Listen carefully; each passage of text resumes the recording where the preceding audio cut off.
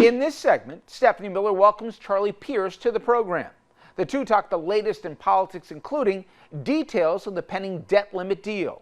Here's Stephanie. What do you think is going to happen? We have said over and over, if this, that's kind of a wide open. That's question. a very open-ended question. No, but I mean this debt thing. We were saying someone, I don't know, it was David Frum or somebody said Democrats better get on Twitter and start saying how much they hate this deal because that's clearly we don't know what Kevin McCarthy is going to be able to do. No, I have absolutely no idea whether or not McCarthy can bring enough of his caucus along. I hope he doesn't. I hope that he doesn't get a lot of Democrats on board. Maybe just enough Democrats to pass it. Yeah. Mm-hmm. But I want him, hung up on these crazy people he's allowed to run the House. Yeah. I want that to be an issue. Yeah. So, yeah. I mean, they'll start with the Rules Committee's meeting today, Mm-hmm. and there is some real prize sides of beef on that committee. Yeah. So yeah. my friend Jim McGovern can just sit back and laugh.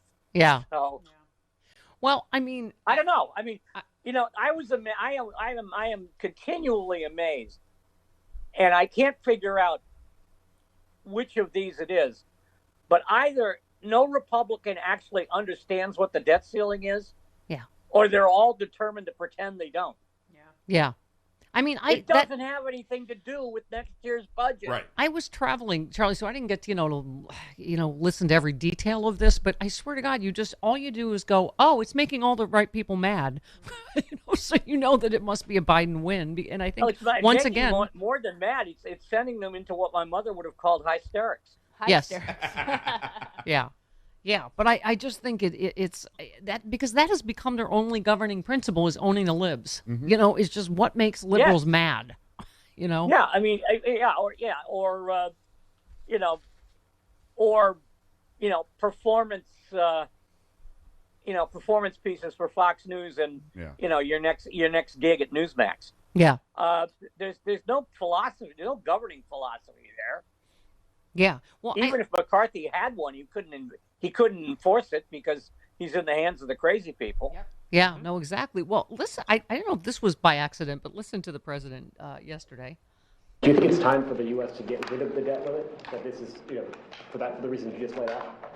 No, I think it would cause more controversy getting rid of the debt limit, although I am exploring the idea that we would, at a later date, a year or two from now, decide whether or not the 14th Amendment, how that actually would impact on whether or not you need to do the debt limit every year. But that's another day. Yeah.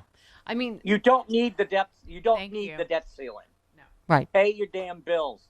Yep. Right. That's simple. Yeah, it's so stupid that we go through this. This was a device concocted to deal with a ginned-up economic crisis, and it should have been dumped a decade ago. Yeah. And now it's being used to create another ginned-up economic crisis. Yeah. So no, I mean, I'm glad he's talking about the 14th Amendment, although I'll believe that when I see it.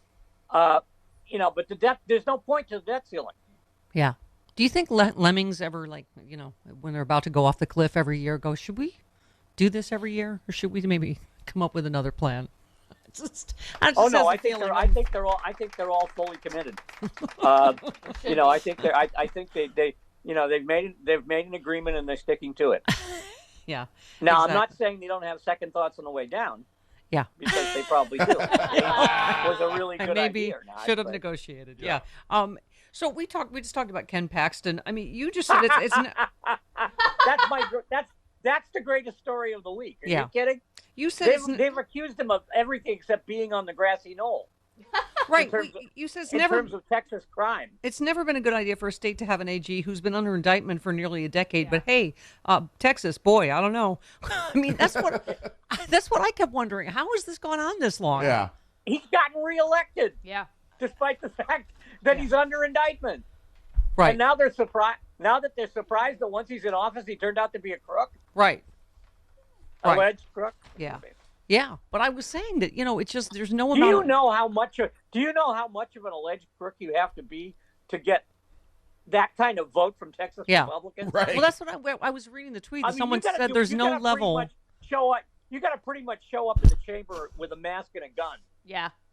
And ask. We were just saying there's no level of criminality that, because Donald Trump, I think, has poisoned the well, the conspiracy well, that it just becomes witch hunt, hoax, fake news whenever it's someone from your tribe. There seems to be no level of evidence that Republican, the MAGA crowd anyway, accepts. Well, I mean, it seems like the Texas Republicans have had enough of this guy. Yeah. I mean, you mentioned about Stuart Rhodes. You said, I'm not entirely sure why Stuart Rhodes ever should be let out of prison, let alone after 18 years. The man's a terrorist as much as was the blind sheik, and he died in a federal prison. I mean, yeah, I don't know how much worse you could get than Stuart Rhodes. I mean, he led the whole thing, right?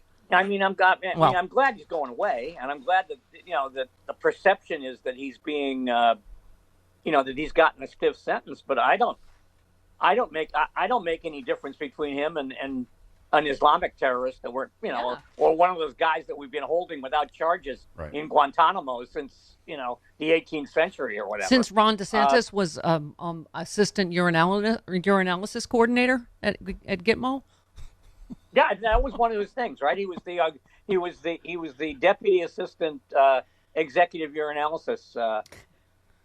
Oh my God, he's such a phony too. Like this new commercial with the fighter jets. I'm like, you were the guy in charge of the pee. Not even you were the assistant guy in charge of the pee. The urine, not the vegetable. Right. Yes. Yeah. Okay. Right. Thank you. Clarification. And also, the planes weren't real. You're right. They had to CG planes into it. That's going to be the next sequel. Top Gun specimen jar. Here was my favorite piece of yours is Mark Meadows singing sweet melodies to the feds about his former employer.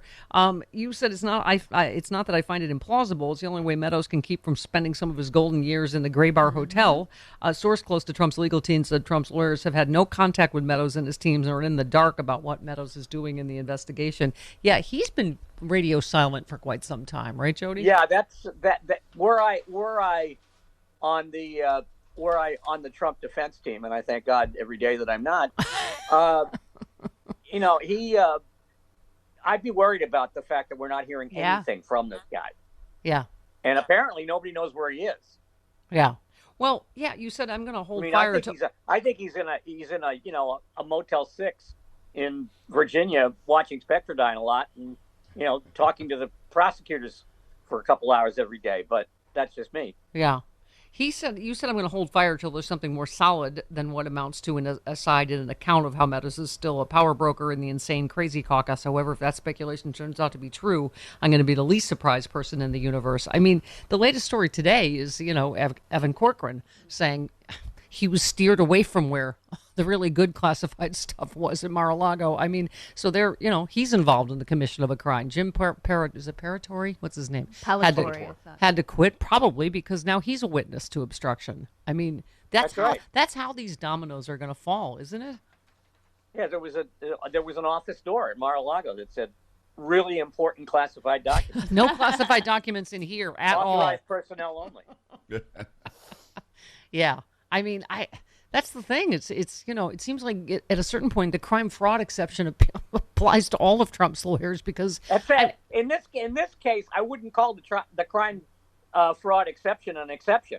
Yeah, right. It seems to be the rule. Yeah, the crime fraud rule. You're right, exactly. Yeah. We love here in Hollywood that they had a rehearsal. Yeah. That's my favorite. Yeah, they had a rehearsal for crime. Like bank robbers, rehearse the bank. Well, you got it. The bank job before they do it, in the sting. Sure. In the sting. I mean, you got to get notes, right? I mean, you got to run through the thing. You have a table read for the crime first, and Blocking. Make sure nobody breaks their ankle. Then it's got to go to crime standards and practices. Right.